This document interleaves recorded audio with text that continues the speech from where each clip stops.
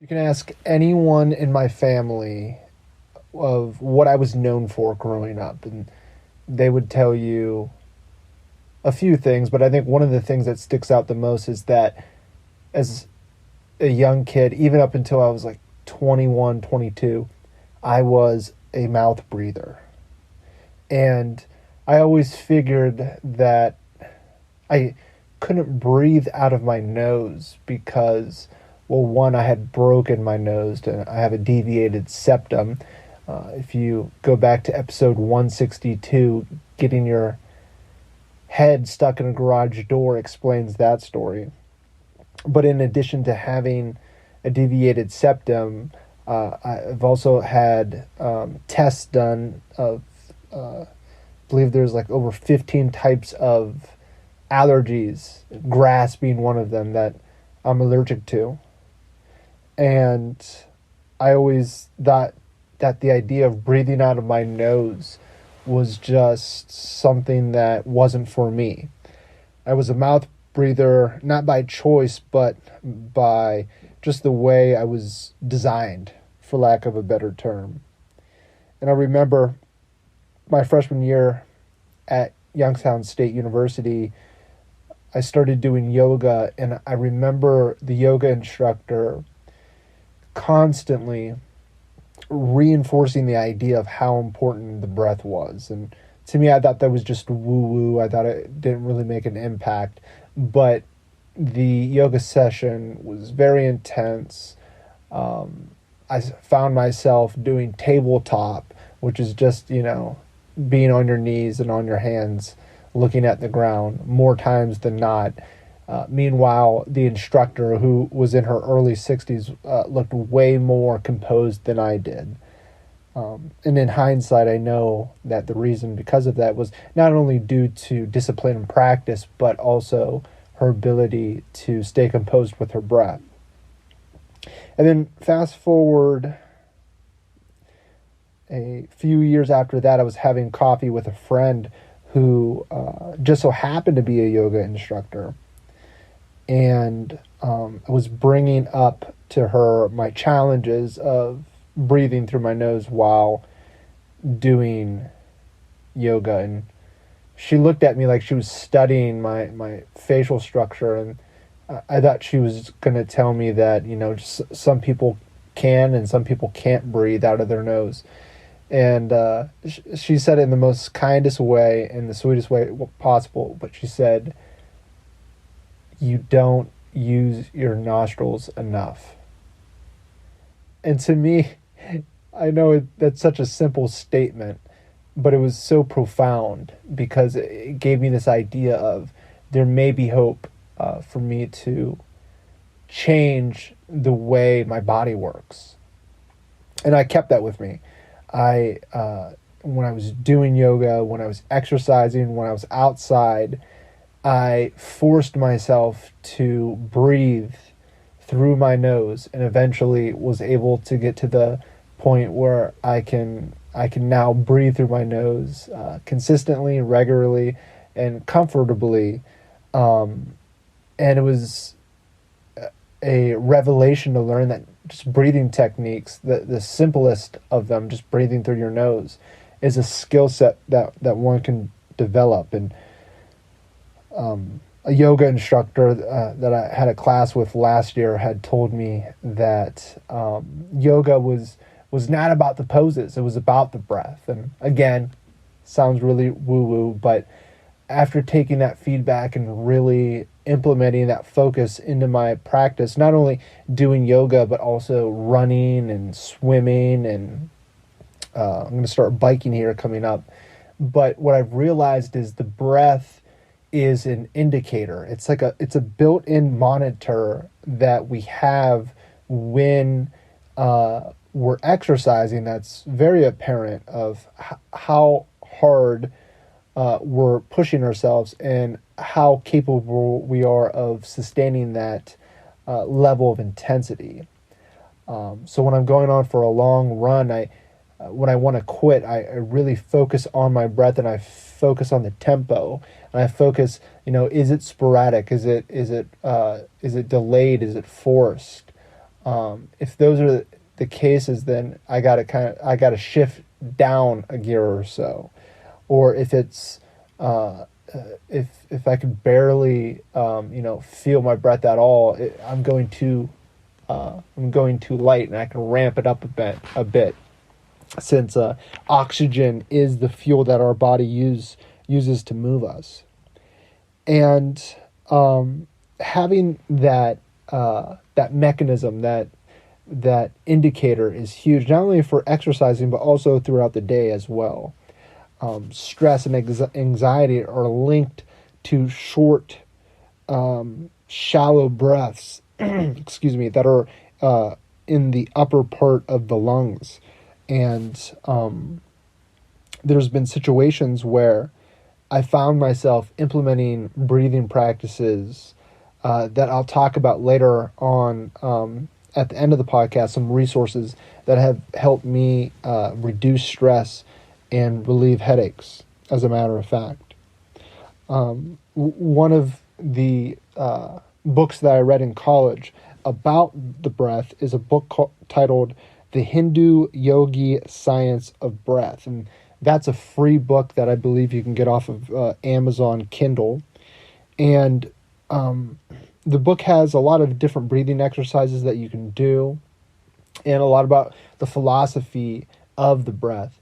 But what I took away of one of the main arguments in that book was how oxygenating the system, when we breathe, we are giving more oxygen, the vital energy force, to every cell, every tissue, every bone, and every organ in our body.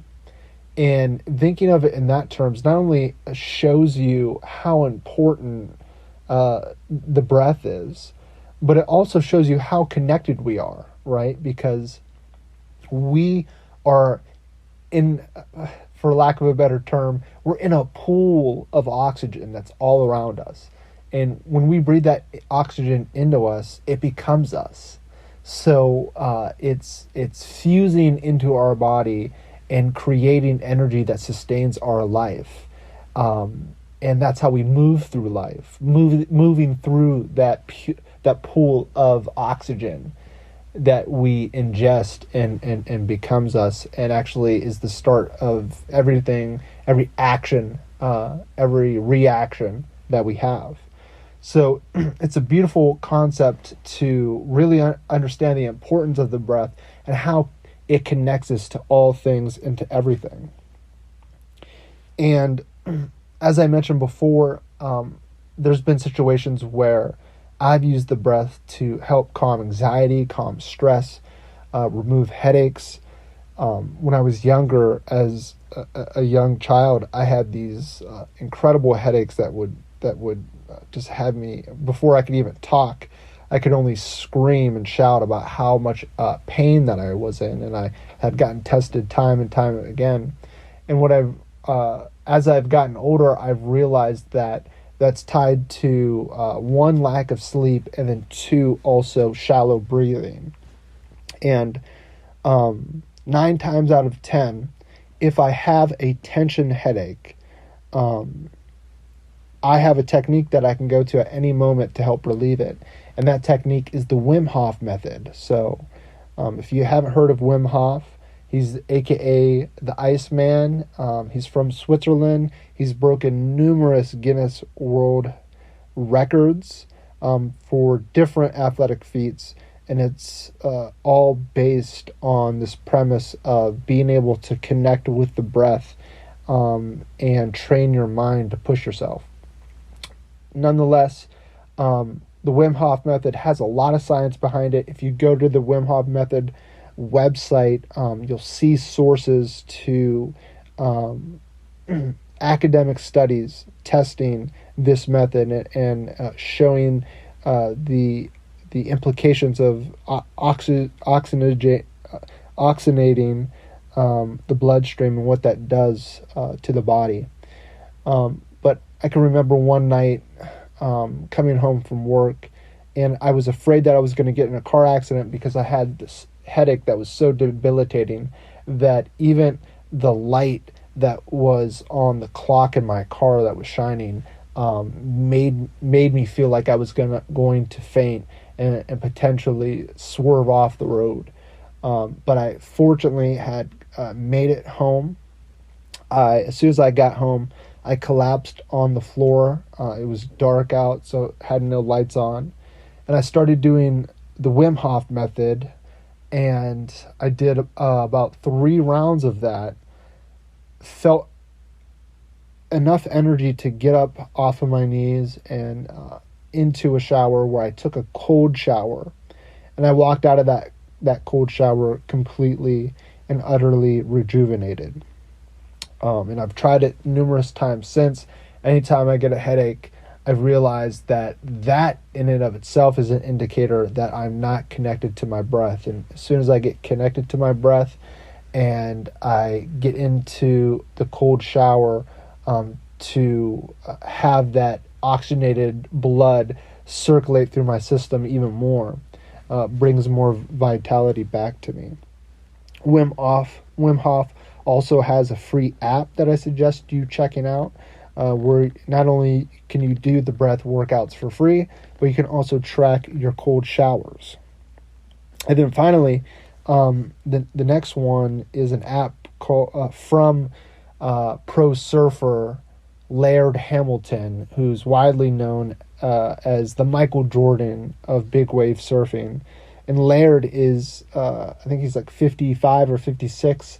And a bit of advice that I got when I was first in college was that you should never listen to training advice from anyone who's under the age of 40.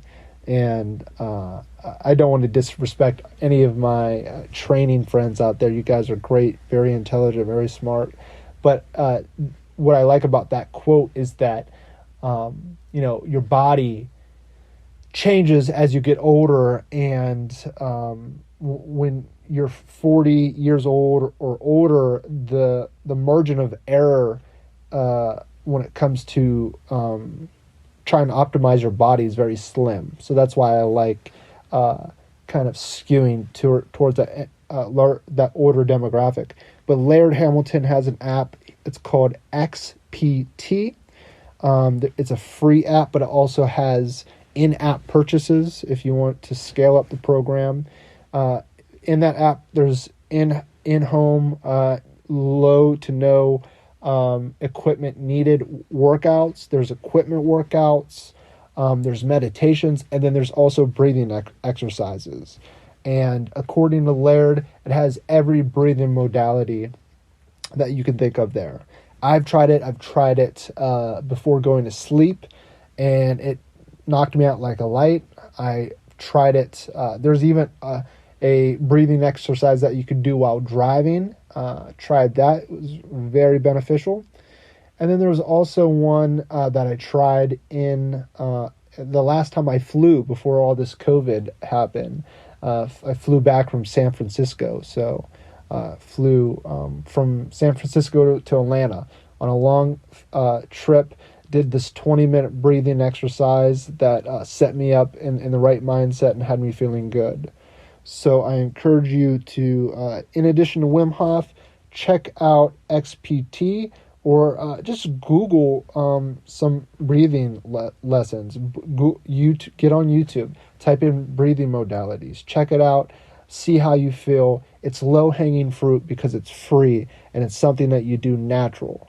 And it's something that you can implement right here, right now, and see the effects and the impacts that it has on your day-to-day life and how you view life. So with that, thank you so much for tuning in. I hope you have a great week. I hope you stay healthy. And we'll talk to you soon.